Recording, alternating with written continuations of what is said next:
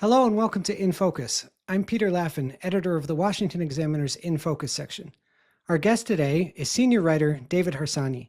David, thanks so much for taking the time to be with us today. Yeah, it's my pleasure. Thank you. So no one who's been paying attention to Tucker Carlson for the past few years was all that surprised that he had Nick Fuentes onto his show.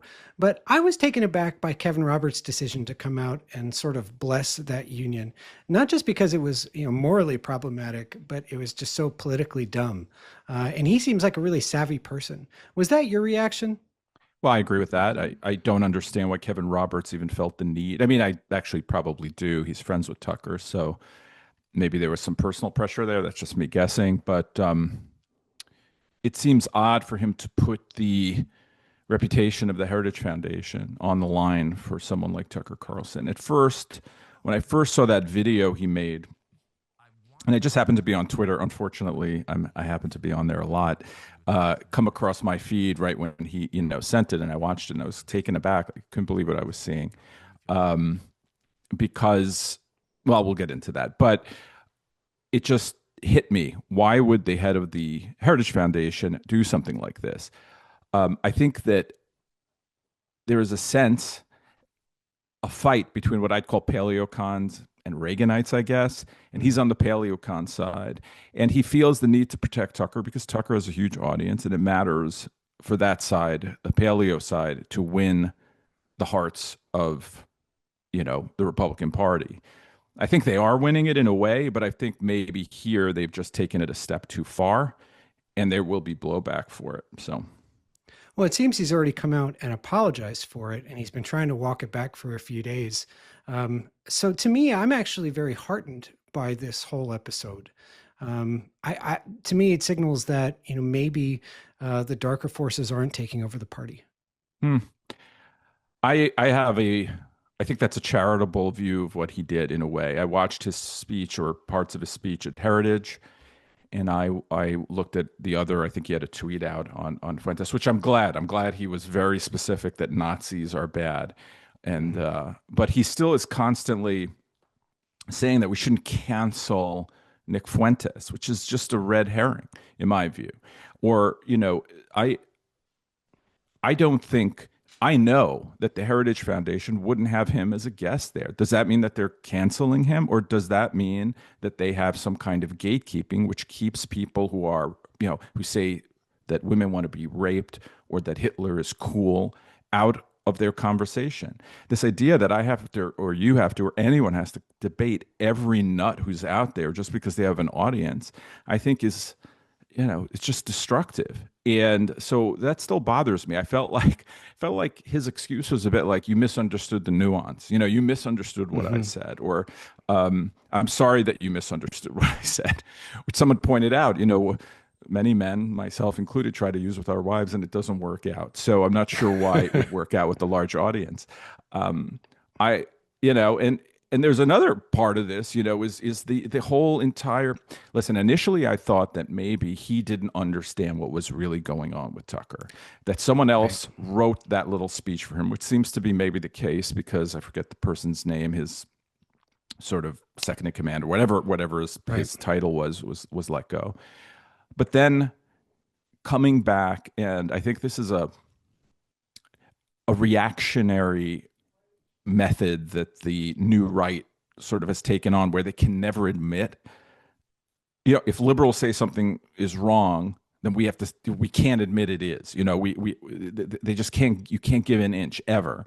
And I think he's taken on a little bit of that in a way. I think it's problematic. I'm not saying Kevin Roberts is a bad guy. I don't know him. Everyone tells me he's a good guy. I'm sure he is. But even good people have to live with the things they say and do. And his explanation, for me at least, has not been good enough. Not that I have any power to do anything about it. I've known Kevin a bit, and I am one of the people who would say I'm pretty convinced he is a good guy. And I know he's a man of very deep faith.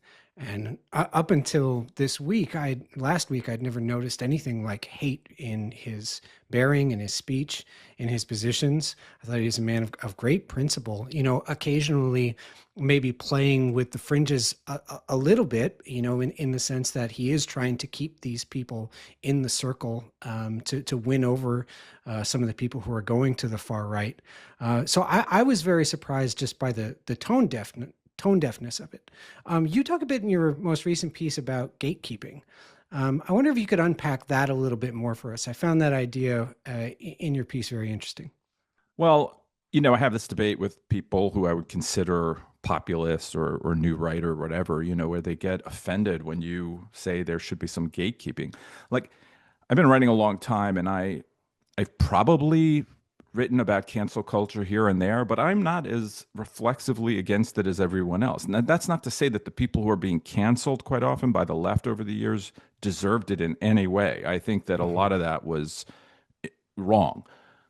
But that doesn't mean there isn't anyone on this earth who needs to be, uh, you know, stigmatized. Or there aren't ideas out there that should be stigmatized. It's almost as if the right is employing the moral relativism that the left used to when, to allow the most, to allow really gross or immoral things to be normalized, I guess, right? Mhm. So when I talk about gatekeeping, like I mentioned, Heritage gatekeeps, or they would have Nick Fuentes there in debate. Everyone gatekeeps. Every publication gatekeeps. They have people submit, all kinds of ideas and essays and articles, and they put up what they think is smart or not, whatever. They gatekeep.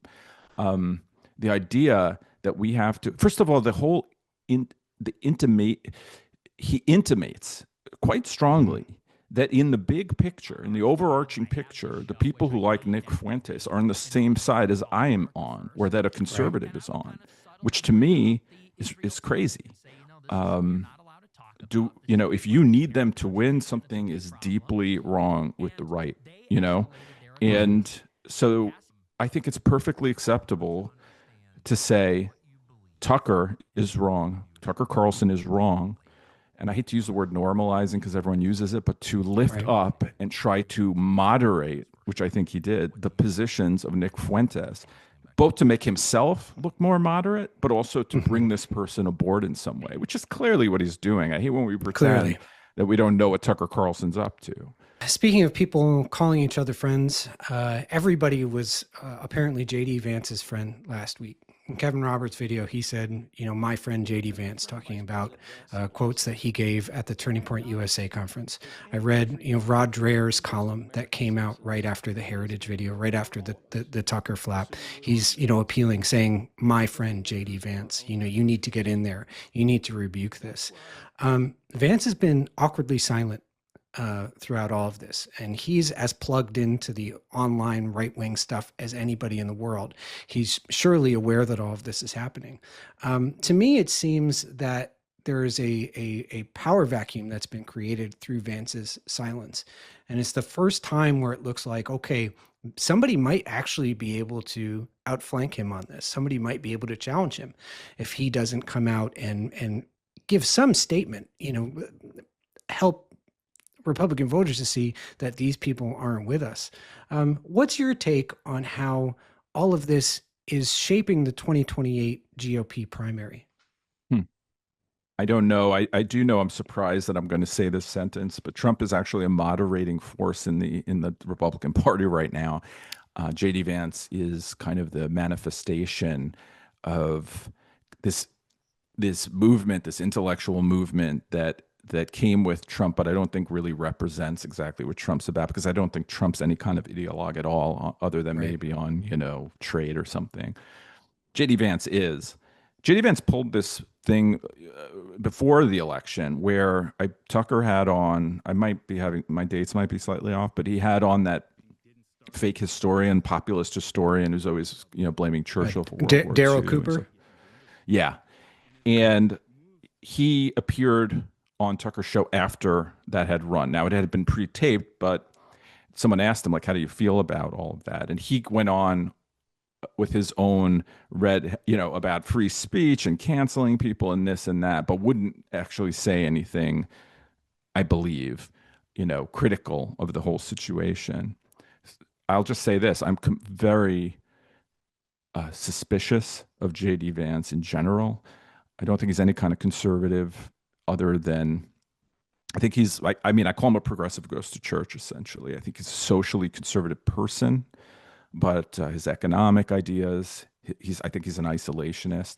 And he gave an answer at one of these TPUSA events recently that was very disturbing to me, where one of these Fuentes type people stood up, went on with all of these anti Jewish conspiracies about how they were running the world and dragging the United States into a world war. And rather than say, those ideas that you're spreading are not true, he essentially said, don't worry, Donald Trump's never going to let them drag us into World Right. War III, Israel into World War III. Stuff like that is very concerning to me.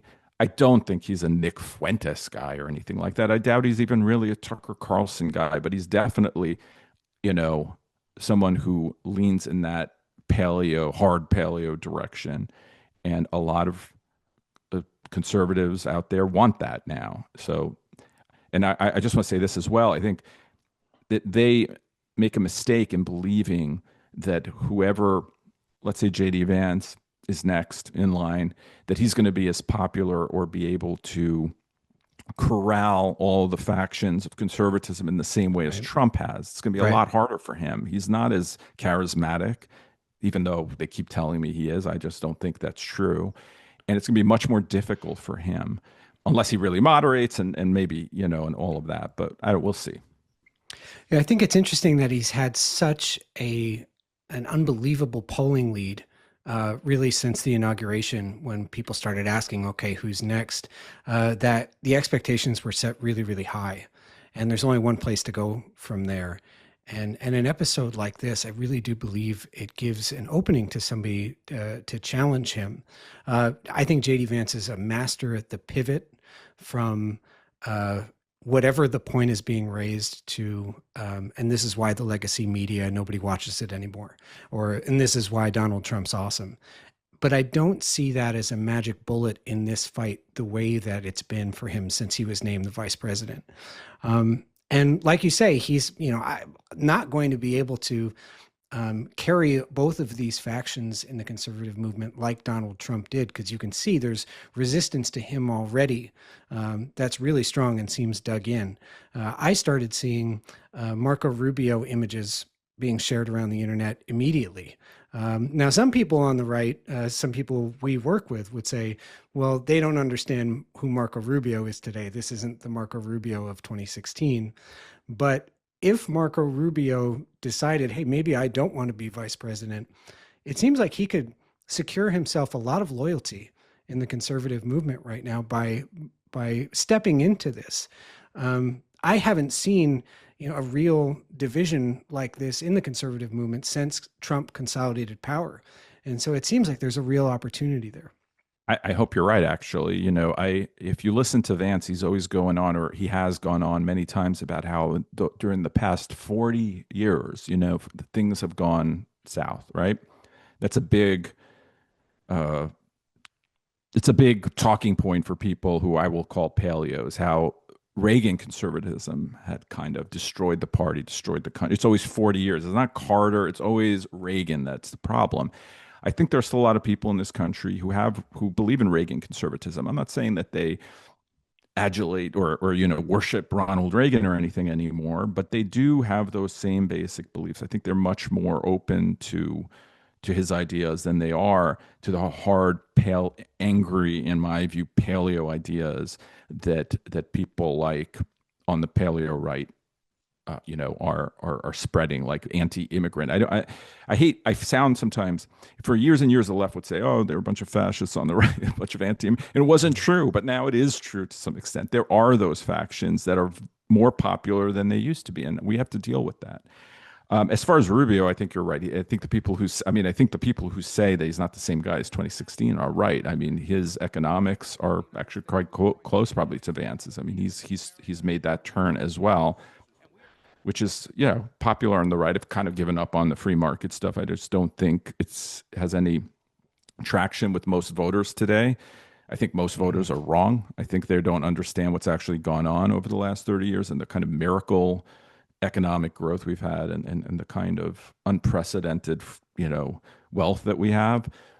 But I still think that he speaks the language of the boomer conservative, kind of, you know what I mean? Like, I think he is a kind of candidate that maybe both sides could coalesce around. And so I think he has a shot at it. But in the end, doesn't it just come down to what Donald Trump decides is the guy who's going to carry the mantle? I would have thought of that. I would have thought that a couple weeks ago. But Trump, when it comes to these intra-party conflicts, he seems to have really receded. I don't know that he has that kind of pull anymore now that his sort of electoral career is over.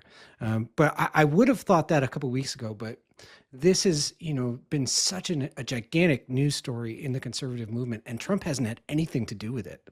And that aspect of this has kind of shocked me too. That maybe it's not just going to be whoever he anoints or, even direct the party forward. I have been saying for a long time, I agree with you completely that I think Trump is a moderating force, not because he's an ideologue in the other direction, but because he doesn't really have thoughts like that. He doesn't really have those solid beliefs. I think when people call him transactional, they're right, but I don't necessarily think that's an insult. I think there's something nicely predictable about that the American people even appreciate. In a sense, he's closer to the Rockefeller Republicans than he is right. the Reagan conservative, though I think immigration, people underestimate, I think, how much anger, because the polling I don't think always reflects how much anger, or didn't reflect it in years ago, how much anger there was over illegal immigration in this country. People might not voice that concern because they don't want to be called bigots or whatever, but they were very concerned about the border. And I think that was a very big propelling issue for Trumpism that people underestimate more than a lot of the other stuff I think they focus on. So, for instance, I saw a poll today, I could be wrong, I'm not a big believer in polls, but the number one issue that people were praising Trump about was his Gaza deal. And the least popular thing he did was tariffs. But what do the paleos really grab onto? They've reversed those things, right? So I think they act in the way that Obama fans used to act. They think they're going to be in control forever. Right. And I would say their control is tenuous even now. Like they could lose in the midterms and all of a sudden they're, in big trouble. And it's very possible if the Democrats pull it together, well, gosh, that's something I didn't predict either. I just didn't see them sort of just falling apart. Right. Yeah, who knows? Republicans I think could lose power pretty quick. It's a really interesting part of this that the sort of aura of inevitability around the new right seems to have really fallen away with this story. And I think there's in the conservative movement, at least, a real battle that's about to happen. And us in the political journalism business, we're excited about that. David, thank you so much for taking the time to join us today. Let's do this again soon. Yeah, anytime. Thanks.